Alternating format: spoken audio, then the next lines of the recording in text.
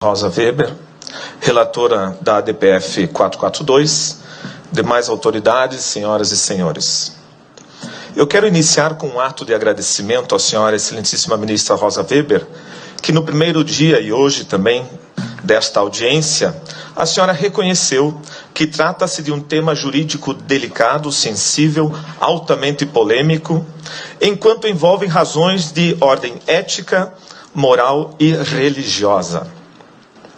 Mas, infelizmente, querem nos desqualificar como fanáticos e fundamentalistas religiosos que impõem sobre o Estado laico uma visão religiosa. Onde está o fundamentalismo religioso em aderir aos dados da ciência que comprovam o início da vida desde a concepção? Onde está o fanatismo religioso em acreditar que todo atentado contra a vida humana é um crime?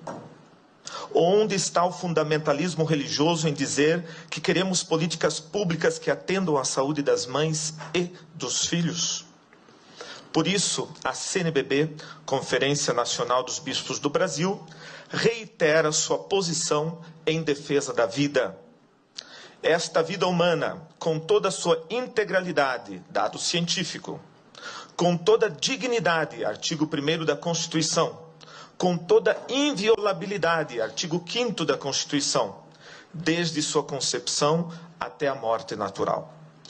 Isso é o mínimo de razoabilidade aceitável que nos permite estar aqui para discutirmos este tema com a recto ratio. Não podemos tratar o assunto negando, deletando, ignorando a existência do bebê.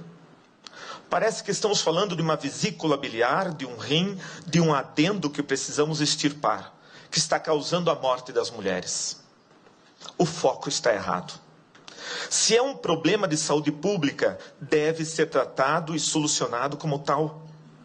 Mas não foram poucas vezes que eu vi nesta audiência a ideia de que é necessário que a mulher supere e transcenda a imposição do papel materno. A ideia do desengravidar as mulheres.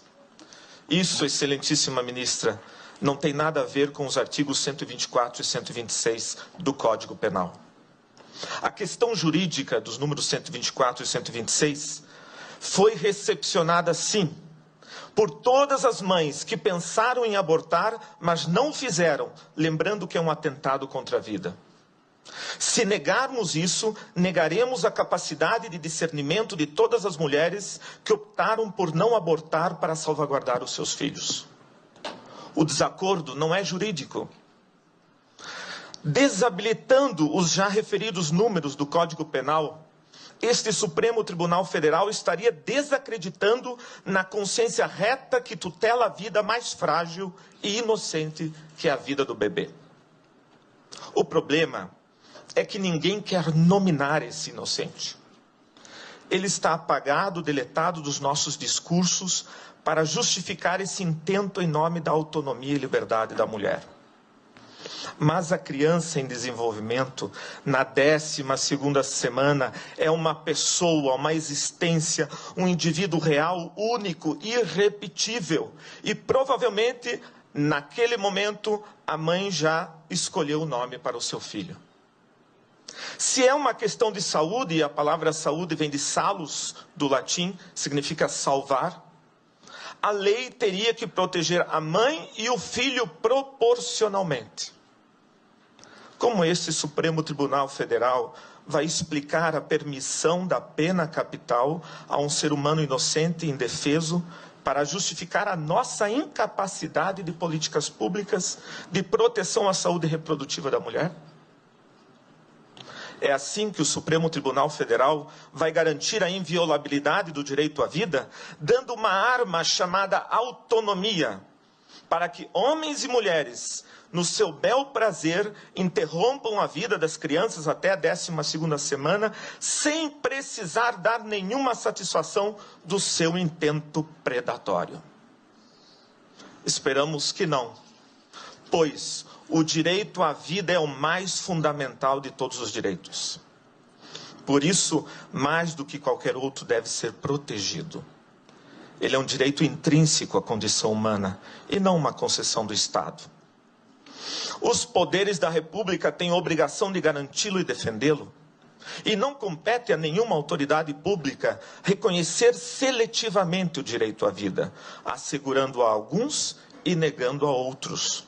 Essa discriminação é iníqua e excludente. Então, poderíamos nos perguntar o que fazer. Urge combater as causas do aborto, através da implementação e aprimoramento de políticas públicas que atendam eficazmente as mulheres, nos campos da saúde, da segurança, da educação sexual e entre outros, especialmente nas localidades mais pobres do Brasil. Mas isso não é matéria para ser discutida nessa Suprema Corte, e sim no Legislativo.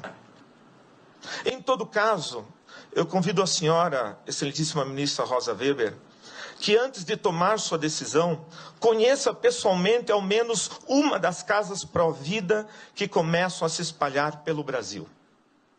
Nelas, a senhora não vai encontrar só mulheres que recepcionaram os números 124 e 126 do Código Penal, mas também encontrará os seus filhos, que elas não abortaram, dizendo: obrigado, porque vocês me deixaram viver. A senhora poderá mostrar ao mundo que nenhuma sociedade democrática está condenada e obrigada a legalizar o aborto por pressões externas. Poderá mostrar que nosso país não se rebaixa para interesses estrangeiros sobre a nossa soberania. Nós também somos capazes de produzir projetos sociais alternativos para ajudar as mães a gerar e cuidar dos seus filhos. Essas iniciativas já estão demonstrando que é muito mais eficaz, menos oneroso ao Estado e altamente salutar às mães. Porque é muito pior dar um trauma a mais a esse drama pelo resto de suas vidas. É uma pena que o Estado e muitas instituições ficaram tão obcecados e limitados com a estreita visão do aborto e da sua legalização, que se pensássemos o uso dessas verbas para projetos alternativos de cuidado e acompanhamento de casas de acolhida, hoje estaríamos com uma visão diferenciada. Algumas destas casas, Casa Pró-Vida Mãe Imaculada em Curitiba, Casa Luz em Fortaleza, Casa Mater Rainha da Paz em Canoinhas, Associação Guadalupe em São José dos Campos e muitas outras que eu passei a lista. Nós estamos aqui porque fazemos parte da maioria dos brasileiros que são movidos sim pela fé em Deus, mas também pelo cuidado e defesa da vida. Por essa fé não medimos esforços nos gestos de verdadeira solidariedade, justiça e fraternidade. Pedimos como CNBB que essa Suprema Corte não permita a descriminalização do atentado contra a vida nascente. Em nome de muitas mulheres que infelizmente morreram por causa do aborto, aqui foram lembrados no último dia, são perdas irreparáveis. Mas nesse momento, a minha homenagem é para as crianças que morreram com suas mães. E que não sabemos os seus nomes, mas com certeza suas mães já o sabiam. Essas crianças anônimas, que a sociedade não tem coragem de nominá-las, e as esconde nos seus discursos e retóricas, como se não existissem, elas existiram e existem. Nenhuma sã consciência pode negar isso.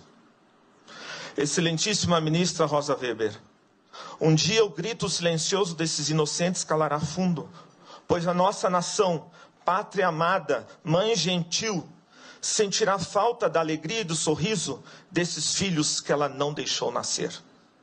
Permita-nos continuar cantando: dos filhos deste solo és mãe gentil, pátria amada Brasil.